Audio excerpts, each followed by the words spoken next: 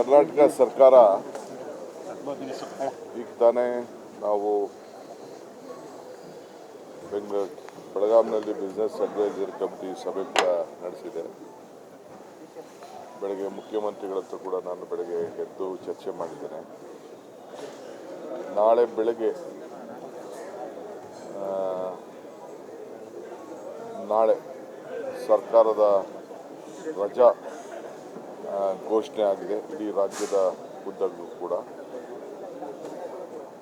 ಎಲ್ಲ ಸಾರ್ವಜನಿಕರು ಕೂಡ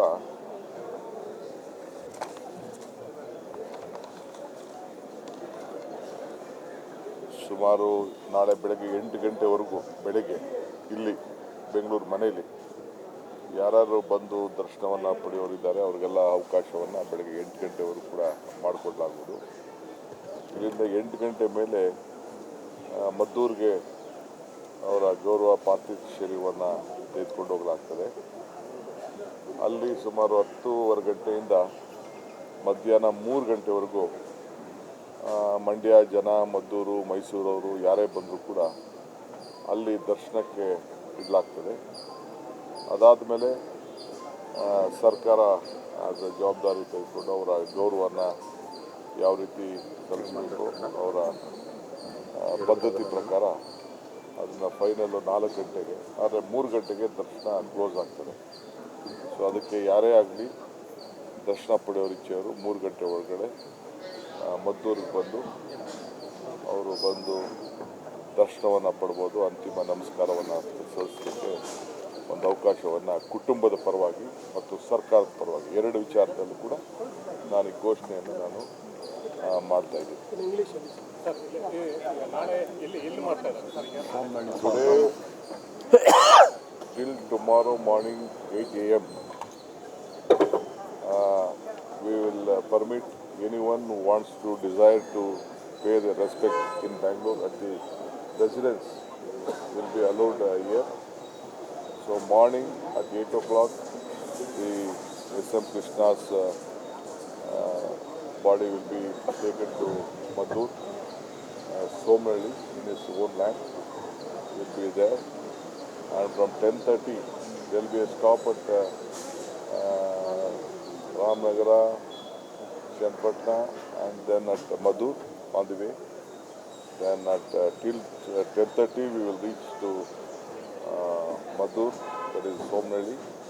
From there we'll till 3 o'clock all of them will be allowed to have their darshan, and the family rituals will be conducted for 1 hour. Then 4 o'clock the state honor will be conducted, and its last rites will be done. So behind relationship with the family, you spent a lot of time with him. He was a guide to many of you. So what do you want to say? How you remember him? See, I don't want to discuss all those issues right now. He's a great visionary. I don't want, if I try to go on telling about our relationship and his contribution to the state, it takes hours together. One thing, Kengal Hanmante have built Viran Soda. S.M. Krishna built Vikan Soda and Udyoga Soda. If at all you see a Bangalore International Airport, if you see a metro ride, Nama Metro, it is this contribution. This last budget was 26,000 crores. Today, 3.5 lakh crores into budget. It is who took a tough decision on the Breweries Corporation. From a young child, giving food to a young child, midday meal program, this Sri Shakti program, and this Bhumi is connected to every common farmer should get the RTC card, and a farmer and a small village man should get a good health insurance called Yashaswini. All this is contribution. And bringing Bangalore on the international global map. You remember Vajpayee telling at the laying day of the foundation that the world leaders started coming to Bangalore, and Bangalore was being seen as the world's important destination in India. So that is what he has contributed. And he has given a big governance.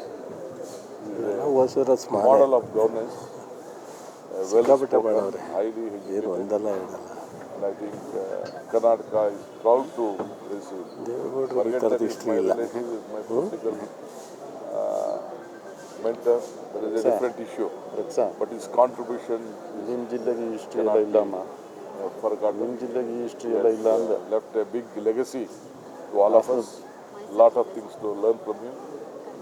And I think Ganda I'm proud Hasanna. to tell that we have learned a lot of things from him, and we are following his. The slogan Brand Bengaluru started from him, sir. Do you think that I will discuss all those things later issue.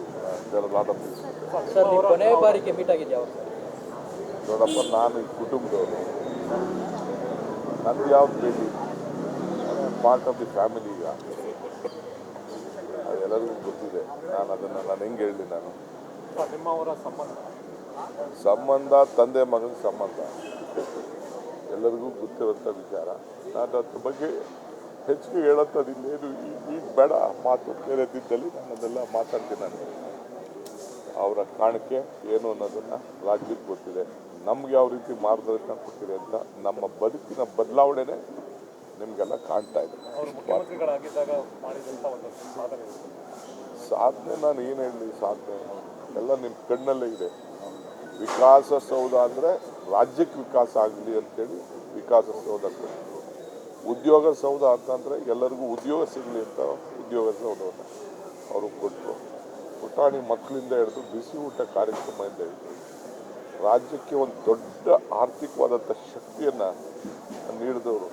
ಇವತ್ತು ಬ್ರಿವೇಜ್ corporation ಪ್ರಾರಂಭ ಮಾಡಿ ರಾಜ್ಯಕ್ಕೆ ಹೆಚ್ಚು ಹಣ ಶೇಖರಣೆ ಮಾಡಬೇಕಾಗಿತ್ತು ಅಂದರೆ ಅವರು ಕಾವೇರಿಗೋಸ್ಕರನೇ ಅಧಿಕಾರನ ತ್ಯಾಗ ಮಾಡೋಂಥ ಒಂದು ಪರಿಸ್ಥಿತಿ ಬಂದಿತ್ತು.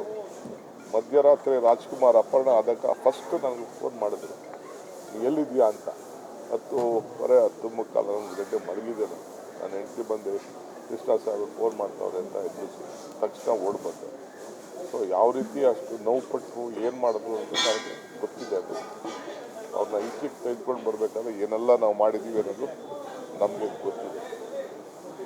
ಅಷ್ಟು ಒಂದು ಆ ರಾಜಕಾರಣದಲ್ಲಿ ಗೌರ್ನೆನ್ಸ್, ಕರ್ನಾಟಕ ರಾಜ್ಯಕ್ಕೆ ಒಂದು ಗೌರ್ನೆನ್ಸ್ ಅನ್ನೋ ಒಂದು ಪದಕ್ಕೆ, ಆಡಳಿತಕ್ಕೆ ಒಂದು ದೊಡ್ಡ ಶಕ್ತಿಯನ್ನು ಕೊಟ್ಟದ್ದನ್ನು ನಾವೆಲ್ಲ ಕೂಡ ಮರೀಲಿಕ್ಕೆ ಸಾಧ್ಯ ಇಲ್ಲ. ಒಂದು ಉತ್ತಮವಾದಂಥ ಒಂದು ಆಡಳಿತಗಾರರು.